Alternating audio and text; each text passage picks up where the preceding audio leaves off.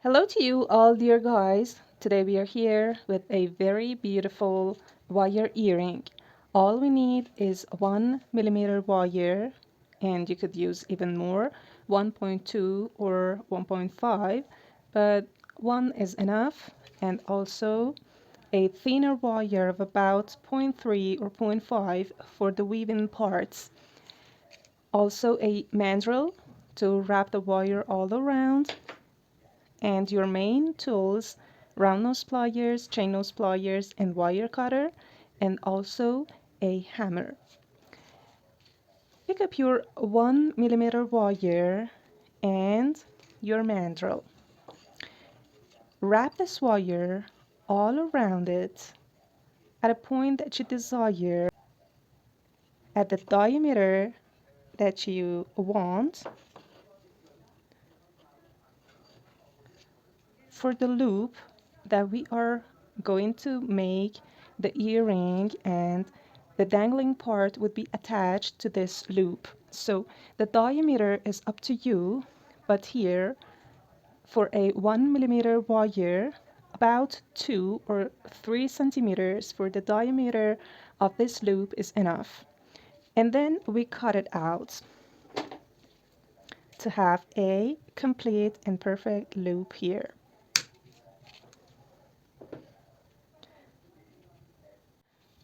This part is the place that we are going to wrap the thinner wire around, and we would have a wire coil here.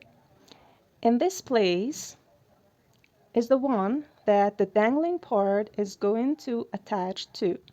And for the dangling parts that are symmetrical, and we need 3 of them, we pick up our 1 millimeter wire and then cut 3 pieces, that 2 of them are smaller and a one size.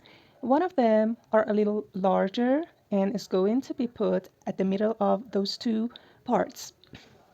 So for the distance, we should consider a part to make a loop, and then the distance that is going to be the dangling part, and approximately 4 centimeters for the smallest length is enough. So we cut the wire out at this distance, and we cut another wire and another length as the same, and these 2 are going to be put like this, and one another that is a little larger and is going to be put at the middle of them. You could choose the length as you desire. And at this point, we should make these parts straight, and we could use our chain nose pliers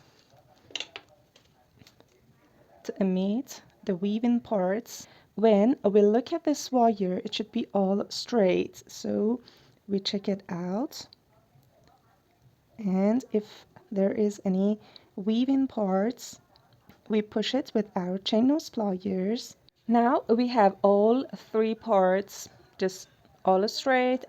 The point that you should consider is that you should do this pushing with the flat part of your chain nose pliers. If it is all flattened, it's okay and no problem. And here we put them one by one and make a loop at the end of each one. So we first bend a 90-degree bend, and then we make a small loop here, just like this. These parts are going to be put at this part of the main loop, and we are going to hammer the remaining part of these lines, and also these will be put like this. You could change the length as you desire. And now I decide to shorten the middle line a little so that it would be more beautiful and more in harmony. Now pick up your hammer to continue hammering these parts. I've picked up my brass hammer, and you could use any other metal hammer and do the same as I'm going to do. So pick up your hammer and start to do hammering. When you do that a little and at the first time, the wire is going to be spreaded, and we are going to do this once for all the line, and for the second and third times you should do that in the way that we will have a wider and more spreaded piece at the end of this wire. So each time that we do this hammering, we push more, and we would have a higher tension and force at the end of this wire. So we would have a triangle alike shape here on the wire. So I did it in the way that I have a wider distance here, and as it goes to the top it would be thinner and thinner. And we need to do the same on both parts of the wire. Just there is a point. You should keep your wire in the way that this loop is just vertically be put here. And when you look at it at above, you should see a line, not like this. It should be like this. And then you start to hammering.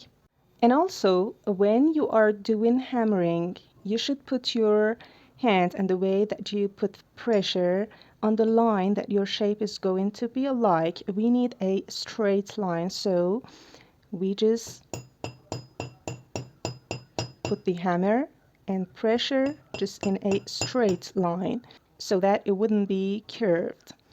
Now that we have these three pieces hammered, we could just keep the effect that is on the surface, or we could use sandpaper to flatten this part to be all shiny. But I personally prefer to remain it natural and have this beautiful effect, and the way that light reflects on the surface is attractive, I think. What do you think? Do you prefer to keep these effects and texture on the surface, or would you like to remove it? Please comment it below. We just open the loops and we would put every one of them here. Just as we open and close a simple loop, we would do the same here. This is the first and the middle dangling part, and we do the same for these two, one at the right and one at the left side. Now these are the dangling parts that we hammered, and you could just fix them with little wire coils at the right and at the left to be all fixed, or you could just make it to be free.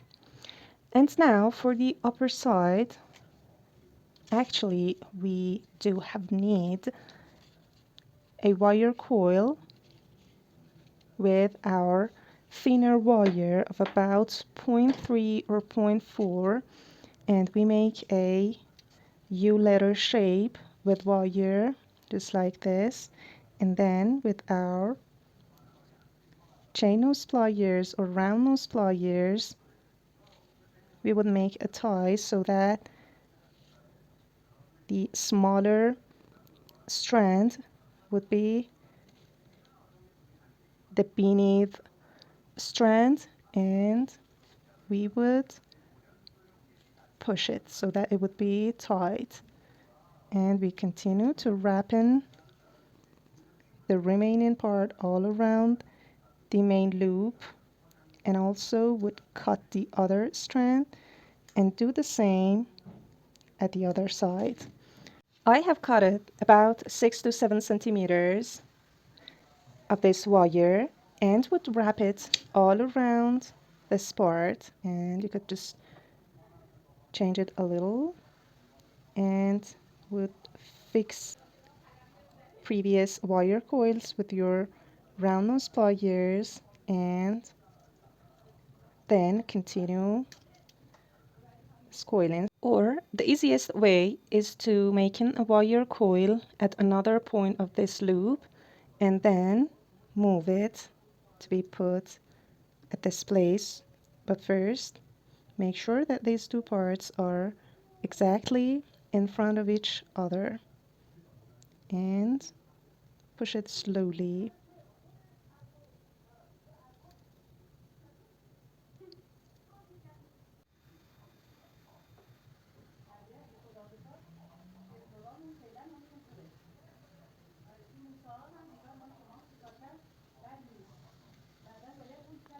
Then at this point, when it covers that point, and then we continue weaving at the other part and other side. Now just some fixing, and this would be the result till now. And here we need to add a jump ring here. For the hook, pick up your 0.8 wire as we had in previous videos. Make a loop and curve it a little, and then straighten it up, cut it out, and then open it up and insert it into this jump ring, and then close it.